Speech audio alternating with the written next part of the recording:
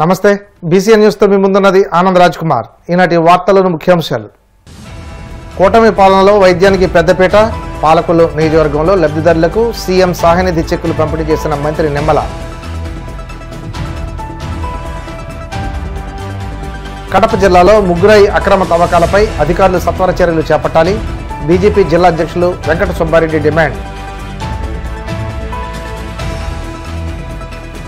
ఢిల్లీలో బీజేపీకి సహకారంపై తెలంగాణ సీఎం రేవంత్ రెడ్డి నిజాన్ని అంగీకరించారు. ప్రజాశాంతి పార్టీ అధ్యక్షుడు కేఏ పాల్ విమర్శలు. విశాఖలో ఏపీ డీజీపీ హరీష్ కుమార్ గుప్తా పర్యటన. మాదక ద్రవ్యాల రవాణాపై ఉక్కుపాదం మోపాలని అధికారులకు ఆదేశాలు. పశ్చిమ గోదావరి జిల్లా పాలకులు నియోజకవర్గంలో ముఖ్యమంత్రి సహాయనిధి చెక్కులను లబ్ధిదారులకు మంత్రి నిమ్మల రామానాయుడు అందజేశారు. ఈ సందర్భంగా ఆయన మాట్లాడుతూ, నాడు జగన్ పేదలకు వైద్యాన్ని పూర్తిగా దూరం చేస్తే నేడు చంద్రబాబు మళ్లీ పునరుద్ధరించి ఆదుకుంటున్నారని అన్నారు. పేదల గుండెకు భరోసా కల్పించడానికి గుండె జబ్బు వస్తే 60,000 విలువ గల ఇంజెక్షన్ ఉచితంగా అందిస్తున్నామన్నారు. జగన్ 5 ఏళ్ల తన చేతకాని పాలనలో ఆర్థిక అరాచకం సృష్టించి అందిన కాటికి అప్పులు చేసి రాష్ట్ర ఖజానాను ఖాళీ చేశాడని ధ్వజమెత్తారు. జనసేన బీజేపీ ప్రభుత్వం ప్రజా ప్రభుత్వం, మానవత్వం అనేటువంటి ప్రభుత్వం అధికారంలోకి వచ్చిన తర్వాత మరి ఏదైతే ఆ యొక్క వైద్యం నిమిత్తం ఖర్చు పెట్టుకునేటువంటి వాళ్ళు ఎవరైతే ఉన్నారో మరి వాళ్ళు బిల్స్ తీసుకొస్తే వాళ్ళకి సీఎం రిలీఫ్ ఫండ్ ద్వారా మరి పెద్ద ఎత్తున వాళ్ళకి సాయం అందించి మానవత్వం చాటుకునేటువంటి ప్రభుత్వం ఈరోజు ఎన్డీఏ ప్రభుత్వం.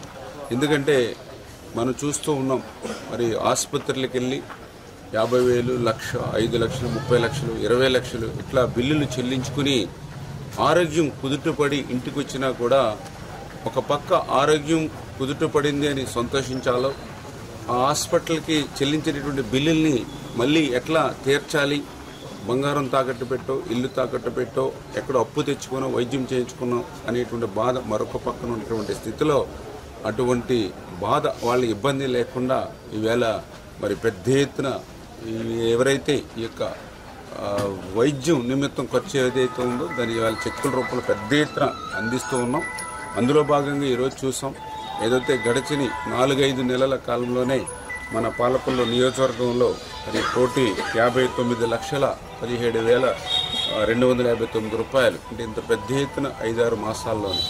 మళ్ళీ ఈరోజు మరి 11,93,535 ఏదైతే ఒక 10 మందికి ఈరోజు కూడా సీఎంఆర్ఎఫ్ చెక్కులు, అంటే ఈ రకంగా 5-6 నెలల కాలంలోనే మరి దగ్గర మరి 1,70,80,00,000 రూపాయలు ఈరోజు సీఎంఆర్ఎఫ్ ద్వారా పేదలకు వైద్య నిమిత్తం అందించామని అంటే ఈ ప్రభుత్వం ఎంత కష్టపడి పనిచేస్తున్నాం అనేటువంటిది ఇదే ఒక ఉదాహరణ అని చెప్పి తెలియజేసుకుంటూ, మరి అదేవిధంగా మేము కూడా శాసనసభ్యుడిగా ఇక్కడ ప్రజలు ఏదైతే మమ్మల్ని ఆశీర్వదించారో దాన్ని దృష్టిలో పెట్టుకుని ఏదైతే ఖర్చుల నిమిత్తం వచ్చినటువంటి ఆ బిల్స్ ఏవైతే ఉన్నాయో మళ్ళీ వాటిని కూడా స్వయంగా మేమే పర్యవేక్షించి వచ్చినటువంటి వాటినన్నింటినీ కూడా ₹1 ఖర్చు వాళ్ళకి లేకుండా ఎక్కడ కూడా మరి అమరావతి కానీ సెక్రటేరియట్కి కానీ ఎక్కడికి వెళ్ళనవసరం లేకుండా వాళ్ళు చేసుకోవాల్సిన పనులన్నీ కూడా శాసనసభ్యుని కార్యాలయం నుంచి మేమే అన్ని పనులు చక్కబెట్టి మళ్ళీ వాళ్ళ బిల్లు ఇవ్వడమే, మళ్ళీ వాళ్ళకి తిరిగి చెక్ ఇవ్వడమే తప్ప ₹1 కానీ ఒక్క క్షణం కానీ వాళ్ళ పని లేకుండా అన్నీ మేమే వాళ్ళ రుణం తీర్చుకునేటువంటి విధంగా పనిచేయాలనేటువంటి ఆలోచనతో పనిచేస్తూ ఉన్నాం. బాబు ఆరోగ్యరీత్యా గత 2 సంవత్సరాలు చాలా ఇబ్బంది పడుతున్నామండి.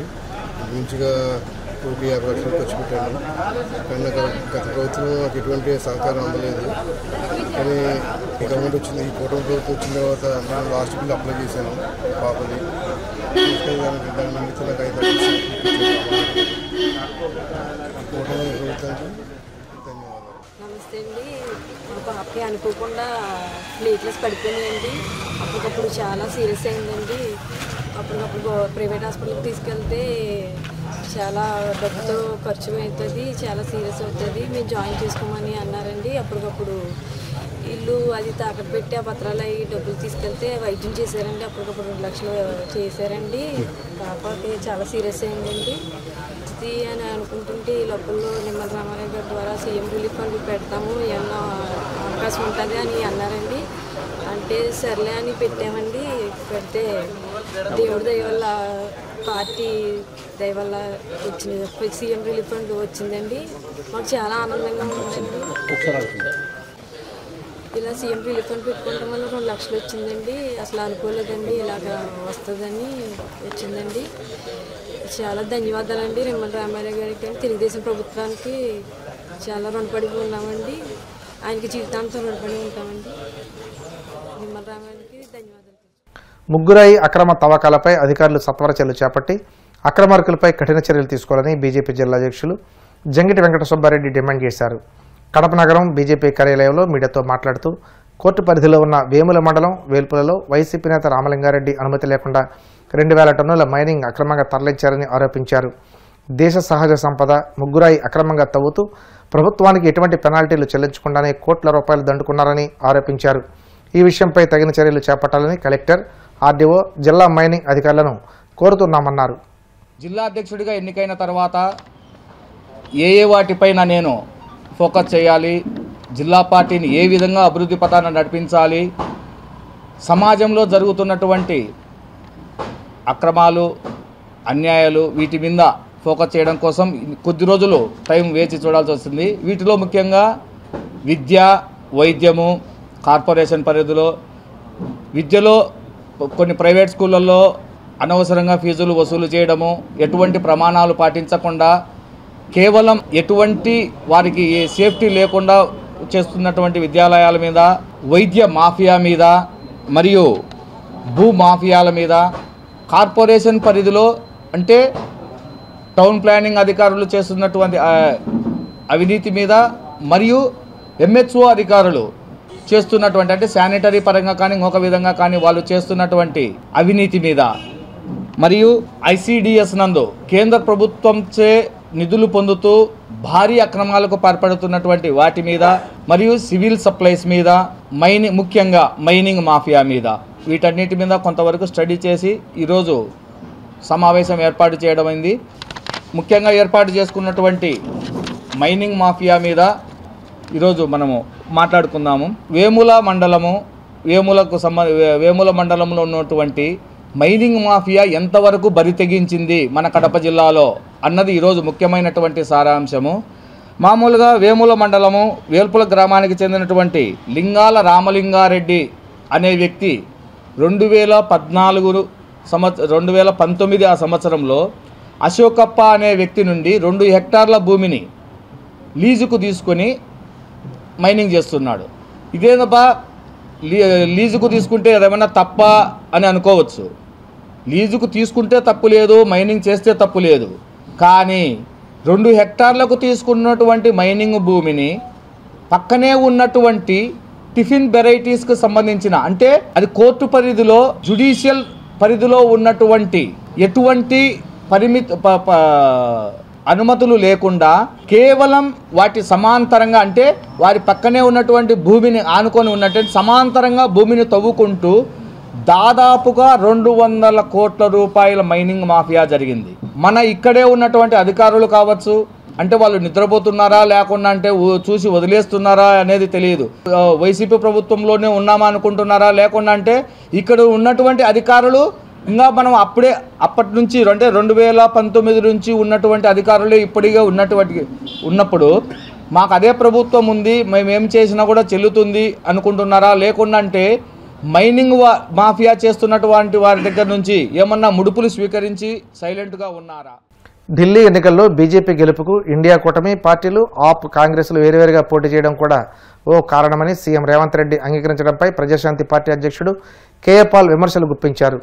ఢిల్లీలో బీజేపీ గెలుపుకు కాంగ్రెస్ సహకరించిందన్న సత్యాన్ని రేవంత్ రెడ్డి అంగీకరించినట్లయిందని పాల్ విమర్శించారు. ఓటుకు నోటు కేసులో రేవంత్ రెడ్డి గాంధీ కుటుంబం చేసిన అవినీతికి వారు జైలుకు వెళ్లకుండా ఉండేందుకు బీజేపీ చెప్పినట్లు ఢిల్లీలో ఆ పార్టీ గెలుపుకు సహకరించారని ఆరోపించారు. బీసీ, ఎస్సీ, ఎస్టీ ప్రజలు కాంగ్రెస్ మోసాలను గ్రహించాలని, దేశంలో ప్రజాశాంతి పార్టీ మాత్రమే మోడీని, అన్ని పార్టీలను ఢీకొనగల సత్తా ఉన్నదని, అందుకే ప్రజలంతా ప్రజాశాంతి పార్టీలో చేరాలని పాల్ పిలుపునిచ్చారు. రేవంత్ రెడ్డి సత్యాన్ని ఒప్పేసుకున్నాడు.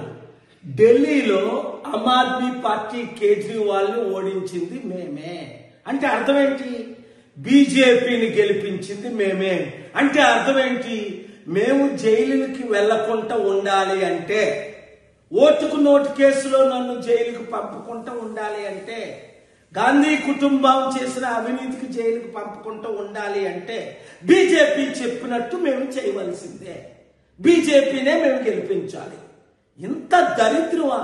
ఒక నేషనల్ పార్టీ అయి ఉండి 55 సంవత్సరాలు ఈ దేశాన్ని ఏలి మోదీకి, ఆర్ఎస్ఎస్ కి, బీజేపీ తొత్తులైన ఈ కాంగ్రెస్ పార్టీని తెలంగాణ రాబోయే సర్పంచుల ఎలక్షన్లో, దేశంలో ఉన్న ప్రతి ఎలక్షన్లో చిత్తుగా ఓడించి ప్రజాశాంతి పార్టీ మోదీని ఢీకొనగలదు, అన్ని పార్టీల్ని ఢీకొనగలదు. కనుక రండి, కదలరండి బీసీ, ఎస్సీ, ఎస్టీలారా, మోసపోకండి.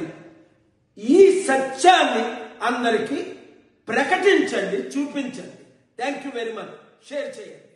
ఏపీ డీజీపీ హరీష్ కుమార్ గుప్తా విశాఖలో పర్యటించారు.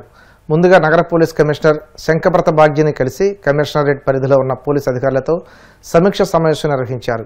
ఈ సందర్భంగా ఆయన మాట్లాడుతూ నగర పోలీస్ కమిషనరేట్ పరిధిలో నగరంలో పోలీసింగ్ మరింత సమర్థవంతంగా నిర్వహించాలని, పోలీస్ శాఖ మంచి ఇన్ఫ్రాస్ట్రక్చర్ కలిగి ఉండాలని సూచించారు. నగరంలో క్రైమ్ రేట్ పెరిగితే ఉపేక్షించేది లేదని, డ్రగ్స్, ఇతర మాదక ద్రవ్యాలు రవాణా వినియోగంపై ఉక్కుపాదం మోపాలని, రౌడీయిజానికి తావు లేకుండా చూడాలని ఆదేశించారు.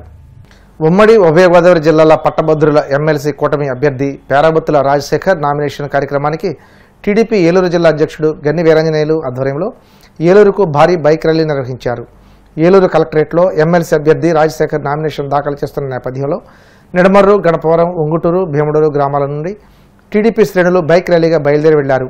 ఈ సందర్భంగా గన్ని మాట్లాడుతూ కూటమి అభ్యర్థి రాజశేఖర్ విజయానికి టీడీపీ, జనసేన, బీజేపీ కూటమి శ్రేణులు కృషి చేయాలని పిలుపునిచ్చారు.